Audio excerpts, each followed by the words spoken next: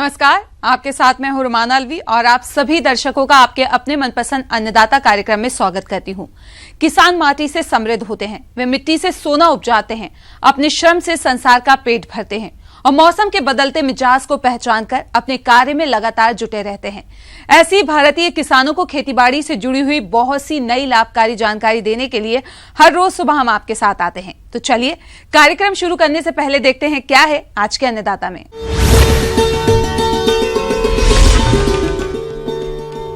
पपीता के बाग में रोगों से नुकसान और इनका नियंत्रण।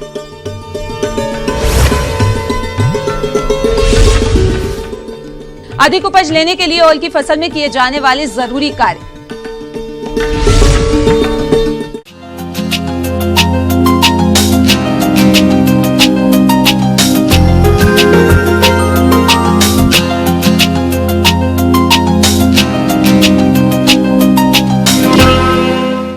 पपीता की खेती अपने प्रदेश में सिरोही, उदयपुर, चित्तौड़गढ़, जयपुर इत्यादि जिलों में बड़े पैमाने पर की जाती है, क्योंकि इन पौधों से कम समय में अच्छी आय मिल जाती है।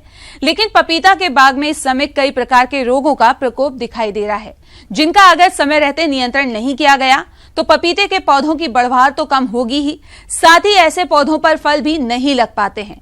तो किसान भाइयों, आपकी इसी समस्या को देखते हुए जरूरी हो जाता है कि आप इनका समय रहते नियंत्रण करें, और इस बारे में अपने सुझाव दे रहे हैं उद्यानिकी एवं वानिकी महाविद्यालय झालावाड़ के असिस्टेंट प्रोफेसर हनुमान सिंह।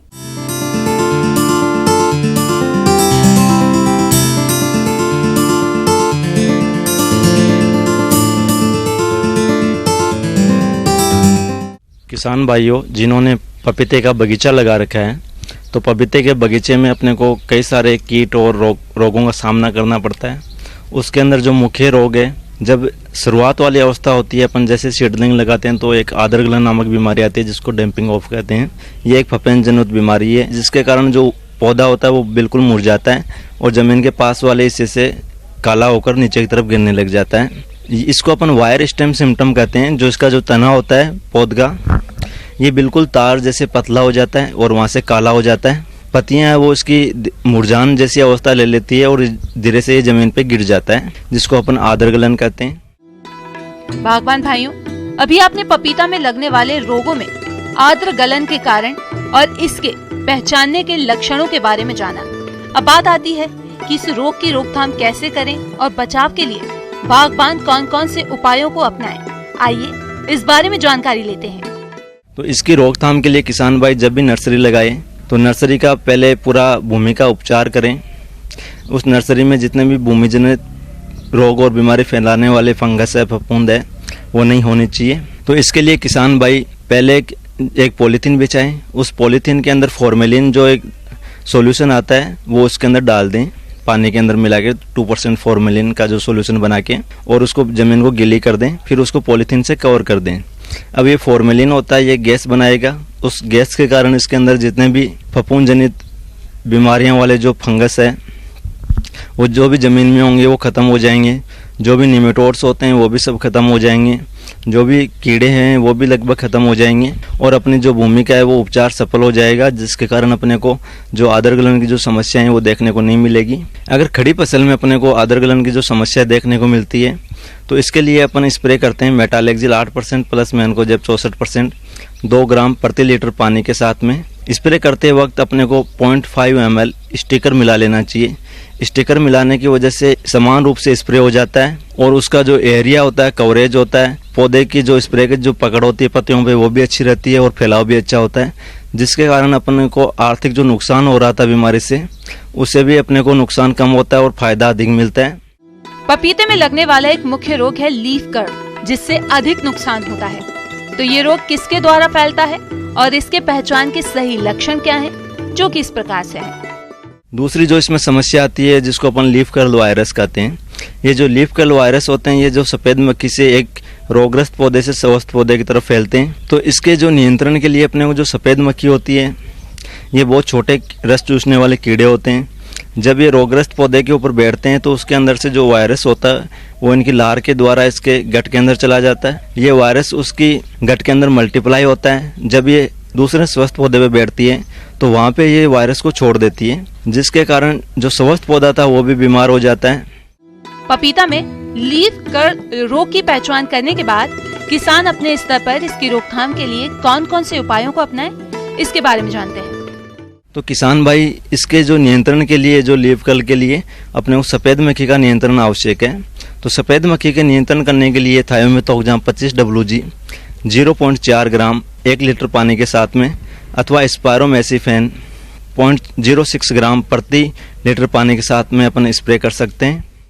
पपीता में लगने वाले रोगों के कारण और पहचानने के सही लक्षण और नियंत्रण के तरीकों के बारे में जानकारी के लिए मिलते हैं। तीसरा इसमें जो समस्या आती है वो मोजेक की आती है। मोजेक के कारण पत्तियों के ऊपर पीले और हरे रंग के बैंड बन जाते हैं, जिसको अपन पैच बोलते हैं। इसके अंदर क्या होता है, जो पीलापन और हरा रंग लिए हुए एक साथ पैचेज ग्रुप बन जाते हैं पत्तियों के ऊपर, जिसको अपन मोजेक कहते हैं। ये भी जो बीमारी है वो एक एफिड, जिसको अपन माहू, अड़ या चेपा कहते हैं, वो इसको फैलाने में फिर सहायक होते हैं। और जो रासायनिक नियंत्रण करना चाहते हैं तो इसके लिए इमिडाक्लोरोपिड 17.8 SL 0.35 ml प्रति लीटर पानी के साथ में स्प्रे कर सकते हैं। तो इसके नियंत्रण के लिए अपने को आसपास में जितने भी घास खरपतवार उगे हुए हैं उनको हटा देना चाहिए, ताकि इन एफिडों को जगह नहीं मिले और अपने जो पौधे हैं वो स्वस्थ रहें। प्रदेश के जिन किसान भाइयों ने ओल की फसल लगा रखी है वे अभी बढ़वार की अवस्था पर है और इस समय फसल की बढ़वार कई तरह से बाधित होती है, जैसे खेत में जल जमाव, कीट व्यार्थियों की समस्या आदि रहती है। इन सभी समस्याओं से बचने के लिए किसानों को अभी से ही कुछ जरूरी कार्यों को करना होगा, तभी आप अपनी ओल की फसल से आगे चलकर अच्छा उत्पादन ले सकेंगे। तो चलिए ओल की फसल के सही प्रबंधन के बारे में जानते हैं कृषि वैज्ञानिक डॉक्टर आशीष नारायण से।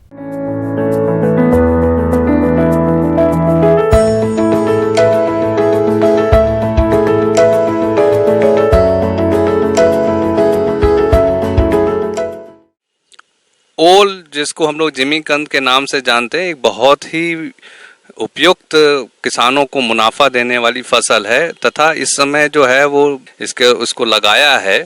इस वक्त उनकी फसल जो है 70 से 75 दिन की स्टेज पर है, तो उनको दूसरे बार कमैनी यानी जिसको वीडिंग हम लोग कहते हैं उसकी आवश्यकता है। इस समय में ये ध्यान देना होगा कि हम लोग जब इसका वीडिंग करते हैं तो खेत में वीडिंग के तत्पश्चात जो हमारे जो खेत में जो ओल की पौधे लगे हैं उसके चारों तरफ मिट्टी का चढ़ाना बहुत ही आवश्यक है। किसान भाइयों, अभी आपकी ओल की फसल बढ़वार की अवस्था पर है और इसमें खरपतवारों का काफी प्रकोप होता है, तो आपको खरपतवार नियंत्रण पर विशेष ध्यान देना होगा तथा खरपतवार नियंत्रण के साथ ही इस पर मिट्टी चढ़ाने का कार्य भी करना जरूरी है तथा इसके बाद उर्वरकों का भी प्रयोग करना चाहिए। जब हम मिट्टी चढ़ाते हैं इस समय जो है 70 से 75 दिन की अगर जिनकी फसल है उसमें मिट्टी चढ़ाते समय हम लोग यूरिया और पोटास दोनों की 50 किलो मतलब urea, 50 kilo muriate of potash खाद जो है प्रति हेक्टेयर के हिसाब से हम लोग जो मिट्टी भरते समय मिट्टी में मिला के हम लोग उसका प्रयोग करने से हमें अच्छी फसल मिलती है। ओल की फसल में तना गलन का भी आक्रमण उन क्षेत्रों में ज्यादा होता है जहां पर पानी का भराव अधिक होता है। ये एक मृदा जनित रोग है। इस रोग का लक्षण कालर भाग पर दिखाई पड़ता है तथा पौधा पीला पड़कर जमीन पर गिर जाता है। तो किसान भाइयों, इस रोग से निजात पाने के लिए आपको जल निकास की उचित व्यवस्था करनी होगी, क्योंकि बरसात का मौसम है। इस समय अगर पानी इसके जड़ों के आसपास अगर लग जाता है तो उसमें एक बहुत ही खतरनाक बीमारी जो है आजकल देखने में आ रही है, जिसमें होता है कि तना जो है नीचे से गल के सूख के पीला पड़ के पौधा गिर जाता है और वो बहुत ही कम दिन में यानी 2 से 3 दिन के अंदर ही ये पौधे पर असर करता है। इसमें ज़्यादातर ये एक फफूंदजनक रोग है जिसको हम लोग कॉलर रॉट के नाम से जानते हैं। अगर किसान भाई ऐसे देखते हैं कि अपने खेतों में कुछ इस तरह का है तो उन किसान भाइयों के लिए हम बताना चाहेंगे कि एक बहुत ही बढ़िया दवा साफ के नाम से आती है, जिसमें कि मैनकोजेब और कार्बेंडाजिम दोनों का मिक्सचर है और वो साफ दवा का 2 ml मात्रा प्रति लीटर के हिसाब से घोल के उसके जड़ों के पास में अगर वो उसका प्रयोग करेंगे तो उससे हमें मुक्ति मिल सकती है। और जो पौधे ऐसे हैं जो कि गिर चुके हैं और जिनका सड़ गया है, जो जहाँ पे ओल से जुड़ा रहता है तना वहाँ पे सड़ गया, तो उसको निकाल के किसी दूसरी जगह हटा के मतलब उसको ज़मीन में गाड़ दें या फिर हटा दें, खेत के आसपास ना रखें।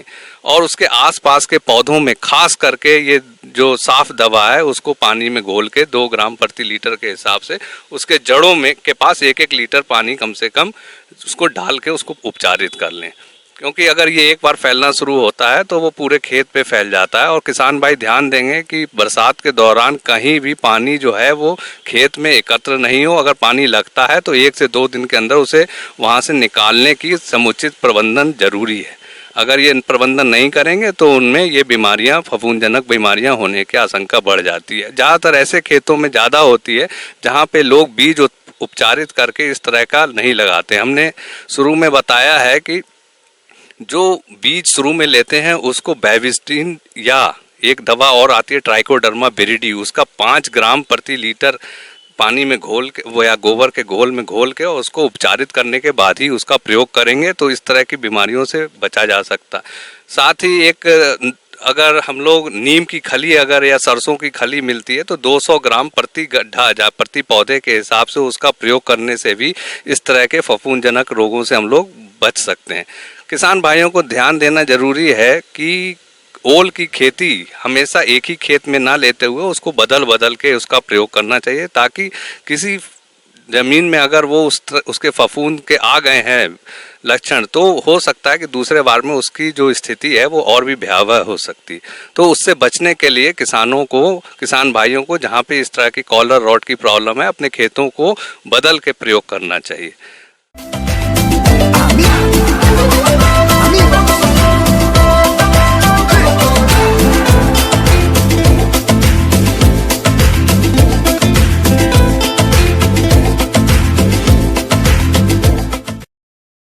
हमारे प्रदेश के ज्यादातर किसान भाई खेती के साथ साथ गाय भैंसों का भी पालन करते हैं।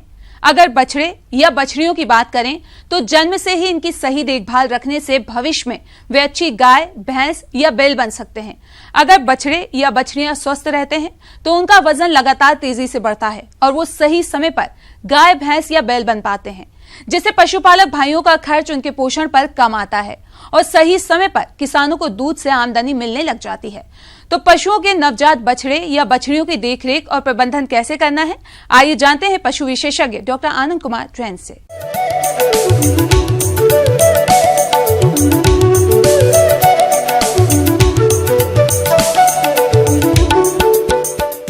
किसान भाइयों, आज मैं आपको बछड़ों में मृत्यु दर के बारे में बताना चाहता हूं।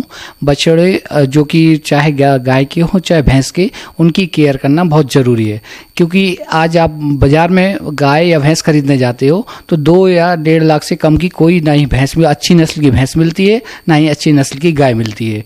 क्यों ना हम अपने बछड़ों को ही बड़ा करके गाय के और भैंस के रूप में परिवर्तित कर सकते हैं। इसलिए बहुत ज़रूरी हो जाता है कि आप अपने बछड़ों की केयर बहुत अच्छे तरीके से करें। बछड़ों की मृत्यु दर रोकने के लिए जब भैंस या गाय गाभिन है उस समय उसको कुछ पोषक तत्व जैसे विटामिन ई, मिनरल्स खिलाना चाहिए, जिससे जो बच्चे में ट्रांसफर होंगे तो बच्चों की इम्यूनिटी बढ़ेगी, जिससे मृत्यु दर में कमी आएगी। भैंस बच्चे को जन्म दे रही है या गाय बच्चे को जन्म दे रही है, वो जगह साफ सुथरी होना चाहिए, साफ सुथरी, जिससे कि इन्फेक्शन के चांस कम हो।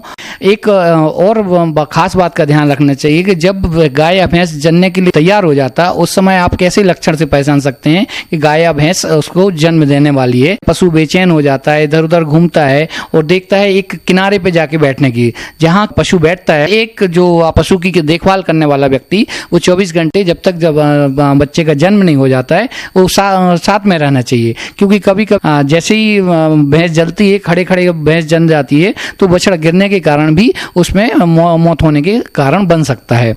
अक्सर देखने में आता है कि हमारे कुछ पशुपालक किसान गाय और भैंस के ब्याने के बाद उनके नवजात बछड़े बछड़ियों की देखरेख में लापरवाही करते हैं, जिसकी वजह से उनकी मृत्यु हो जाती है। तो आपके सामने इस तरह की समस्या नहीं आए, इसके लिए आप इनकी उचित तरीके से देखभाल कैसे करें, आइए जानते हैं। जब जनने के आफ्टर बाद कभी कभी होता है कि बछड़े को सांस लेने में तकलीफ होती है, क्योंकि जो शरीर का आवरण श्लेष्मा का आवरण है पूरे बछड़े को ढका रहता है, तो उसको तुरंत हटाना चाहिए। और यदि नाक बंद है तो उसको नाक में से श्लेष्मा निकाल देना चाहिए। कभी कभी जरूरत पड़ जाती तो मुंह से भी सांस देना चाहिए, जिससे बच्चे का श्वसन स्टार्ट हो सके। हटाने के बाद बछड़े को माँ के पास रख देना चाहिए, जिससे वो चाटे और इस चाटने से उसका ब्लड सर्कुलेशन बढ़े। किसान भाइयों, एक बात और जो महत्वपूर्ण है जी, बच्चा जब जन्म लेता है तो माँ की नाल से जुड़ा रहता है और इस नाल को बड़े सावधानी पूर्वक काटना चाहिए।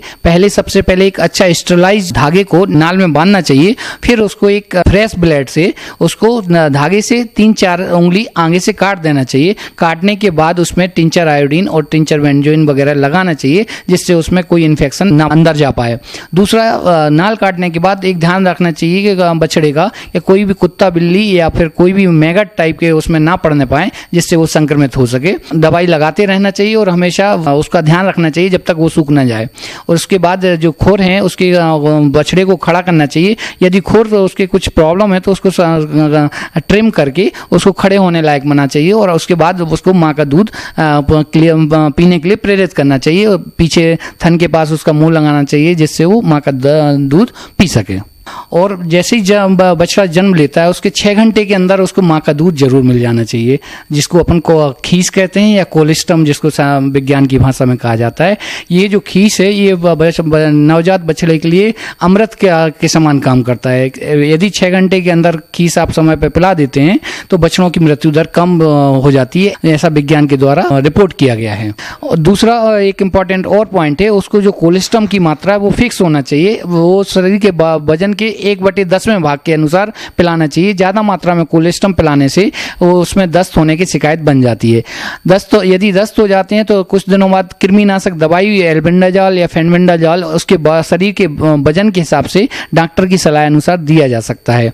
उसका जैसे ही 6 माह का बछड़ा हो जाता है तो उसमें पशुओं में होने वाली बीमारियां जैसे मुंह पका, खुरपका, HS और BQ के आदि के टीका समय समय पर लगाते रहना चाहिए, जिससे बछड़े जीवन सुरक्षित रखा सके और उसको एक परिपक्व शरीर तक पहुंचा जा सके। मौसम के अनुसार प्रबंधनों पर ही टिकी है आपकी खेतीबाड़ी, इसलिए मौसम पूर्वानुमान और उस पर आधारित साप्ताहिक कृषि सलाह इस प्रकार है। ग्रामीण कृषि मौसम सेवा जयपुर द्वारा भेजे गए मौसम पूर्वानुमान रिपोर्ट के आधार पर किसान भाइयों को सलाह दी जाती है कि मूंगफली में पीलिया रोग के लक्षण दिखाई देते ही गंधक का अम्ल 0.1% या हरा कसीस के 0.5% घोल का छिड़काव करें। सफेद लट रोकथाम के लिए क्यूनराफॉस 25 EC 4 लीटर या इमिडाक्लोप्रिड 200 SL 300 मिलीलीटर प्रति हेक्टेयर की दर से 80 से 100 किलोग्राम मिट्टी में मिलाकर पौधों की कतारों में वर्षा वाले दिन भुरक दें। भिंडी की फसल में पीच शीरा मोजेक रोग के प्रकोप की संभावना है। इस रोग में पत्तियां चितकबरी होकर प्याले नुमा शक्ल की हो जाती हैं। इस रोग का संचार सफेद मक्खी नामक कीट से होता है। इसके नियंत्रण हेतु फूल आने से पहले तथा फूल आने के बाद मेलाथियन 50 EC 1 मिलीलीटर प्रति लीटर पानी के हिसाब से छिड़काव करें। पपीते की फसल में पण, कुंचन एवं मोजेक रोग की रोकथाम हेतु रोगग्रस्त पौधों को उखाड़ कर नष्ट कर देवें और रोग के प्रसार को रोकने के लिए डाइमीथियोएट 30 EC या मिथाइल डिमेटॉन 25 EC प्रति लीटर पानी की दर से छिड़काव करें। पालतू जानवरों जैसे गाय, भैंस, बकरी, भेड़ इत्यादि को सीधी वर्षा से बचाव के समुचित उपाय करें और उनके रहने के स्थल पर पानी इकट्ठा न होने दें तथा बिछावन को सुखा के रखें। रोगों से बचाव हेतु टीकाकरण करवाएं। पशु के नाक में पानी आना, बुखार इत्यादि होने पर निकट के पशु चिकित्सक से तुरंत इलाज करावें।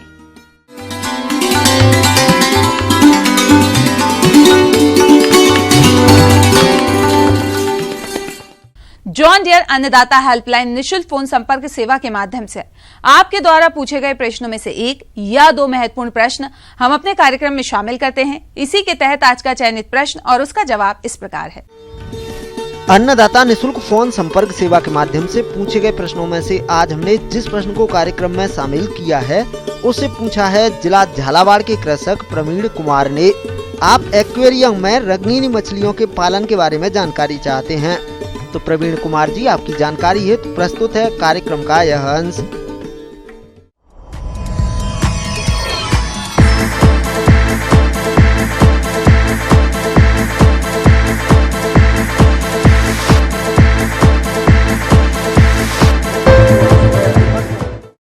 ये जो रंगीन मछली पालन है ये आज के ज़माने में बहुत ही तेजी से फैलने वाला एक व्यवसाय है। ये बहुत ही कम लागत का बहुत ही अच्छा व्यवसाय है। महिलाएं छोटे पैमाने पर अपने घर के आंगन में भी इसे अपना सकती कर सकती हैं। घर में अगर पीछे में 1 डिसमिल या 2 डिसमिल भी ज़मीन है, उसमें छोटे से टैंक में, छोटे से नाद में भी इसको पालन किया जा सकता है।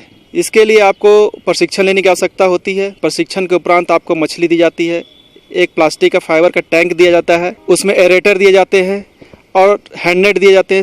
सारे उपकरण कुल मिलाकर आपको 10,000 लागत का जो सामग्री रहता है ये आपको दिया जाता है, प्रदान किया जाता है। साथ ही साथ इसके लिए आपको एक्वेरियम बनाने की भी विधि बताई जाती है ताकि आप एक्वेरियम बनाकर उसमें मछली पाल सकें। शहरों में एक्वेरियम छोटे आकार से लेकर बड़े आकार तक के होते हैं। बाजार में 15 इंच से 15 फीट तक साइज के एक्वेरियम उपलब्ध हैं। सबसे छोटी साइज का एक्वेरियम 12 गुणा 6 इंच का होता है। इससे छोटे आकार के एक्वेरियम में मछलियां ज्यादा बढ़ती नहीं हैं। इतने बड़े आकार के एक्वेरियम में 4 से 5 जोड़ी मछली को रख सकते हैं। अब आपको जानना होगा कि कौन कौन सी मछली पालने योग्य है। बहुत सारी मछलियां हैं, जैसे कोलिशा, वो हम आसानी से हमारे खेतों में, हमारे नदियों तालाबों में आराम से मिल जाती है। वो रंगीन मछली है, उसको भी हम अपने एक्वेरियम में या रंगीन मछली के रूप में पाल सकते हैं। इसके अलावा आपका मनीला कार्प है, कॉमन कार्प की कुछ वैरायटी है, कार्प की बहुत सारी वैरायटी है, गौरामी है, ब्लैक मोली है, गप्पी है और भी बहुत सारी एंजल है। बहुत सारी मछलियां हैं जो आप इसको आसानी से अपने तालाबों में, अपने घर के आंगन में, अपने ड्रम में पाल सकते हैं। एक्वेरियम में पानी हमेशा क्लोरीन रहित, शुद्ध एवं ताज़ा होना चाहिए। पानी भरते समय एंटी क्लोरीन डालना चाहिए। मछलियों के लिए हितकर होता है। बोर पानी अगर इस्तेमाल कर रहे हैं तो पहले बोर से पानी एकत्र करके 2 दिन बाहर रखना चाहिए और फिर उसे एक्वेरियम में डालें। ये देखने में भी बहुत अच्छी लगती है और साथ साथ आपको एक मानसिक संतुष्टि भी देती है। इसके बाजार में बहुत अच्छा कीमत मिल जाता है। बाजार में अगर एक मनीला कार्प अगर बेचने जाएंगे तो आप 200 रुपये पर पीस के हिसाब से, 100 रुपये साइज के हिसाब से इसका कीमत तय किया जाता है। इसके हिसाब से आप बिक्री कर सकते हैं। नहीं तो आप छोटे छोटे बॉल में, छोटे छोटे ग्लास के जार में, प्लास्टिक के डब्बे में इसको बेच सकते हैं आप। एक्वेरियम के अंदर के सौंदर्य को बढ़ाने के लिए उसमें जलीय पौधों को उगाइए, क्योंकि इसकी वजह से उसे एक्वेरियम में प्राकृतिक ऑक्सीजन मिलता है और एक्वेरियम और भी अधिक आकर्षक दिखने लगता है। साथ ही मछली का जीवन समय भी बढ़ जाता है। इसके लिए आपको कुछ करना नहीं है। यहाँ प्रशिक्षण प्राप्त करने के बाद आपको जो सामग्री मिलेगी, और हम लोग भी आपको मोटिवेट करते रहते, बार बार आपको जाकर देखते हैं आपके घरों पर कि कैसे आपका पालन हो रहा है, नहीं हो रहा है। उसके बाद आपको बृहद पैमाने पर सुझाव देते हैं कि आप ऐसे करेंगे, वैसे करेंगे। और नहीं तो आपके जो पाली हुई मछलियाँ हम बायबैक कर लेते हैं, हम आपसे वापस खरीद लेते हैं और फिर हम उसकी मार्केटिंग हम खुद करवा देते हैं। तो इस तरह से आप मछली पालन, रंगीन मछली पालन को अपनाकर एक रोजगार का अतिरिक्त साधन बना सकते हैं। इससे अपनी आय को दुगनी कर सकते हैं। जो आजकल जो ट्रेंड चला हुआ है कि किसानों की आय कैसे दुगनी की जाए, तो उसमें एक रंगीन मछली पालन भी एक महत्वपूर्ण आपका एक कड़ी है, जिससे जुड़कर आप उसको अधिक से अधिक लाभ उठा सकते हैं। हम ये उम्मीद करते हैं कि आज का कार्यक्रम आप सभी दर्शकों के लिए उपयोगी रहा होगा। किसान भाइयों, अन्नदाता आपकी सेवा के लिए संकल्परत है। कृषि संबंधी समस्या और सुझावों के लिए आप हमें इस पते पर संपर्क कर सकते हैं। प्रोड्यूसर अन्नदाता, News 18, Rajasthan, Ramoji film city, Hyderabad 501512। साथ ही आप हमें ईमेल भी कर सकते हैं। हमारा ईमेल है p18annidatarajasthan@nw18.com। इसके अतिरिक्त आप हमें जॉन डियर निशुल्क हेल्पलाइन नंबर 180041922155 पर सोमवार से शनिवार सुबह 10 से शाम 4 बजे के बीच संपर्क भी कर सकते हैं। किसान भाइयों, अब समय हो रहा है आपसे विदा लेने का, तो हमारी अन्नदाता टीम को दीजिए इजाजत। कल फिर आपसे मुलाकात होगी कृषि संबंधित कुछ और महत्वपूर्ण जानकारियों के साथ। नमस्कार।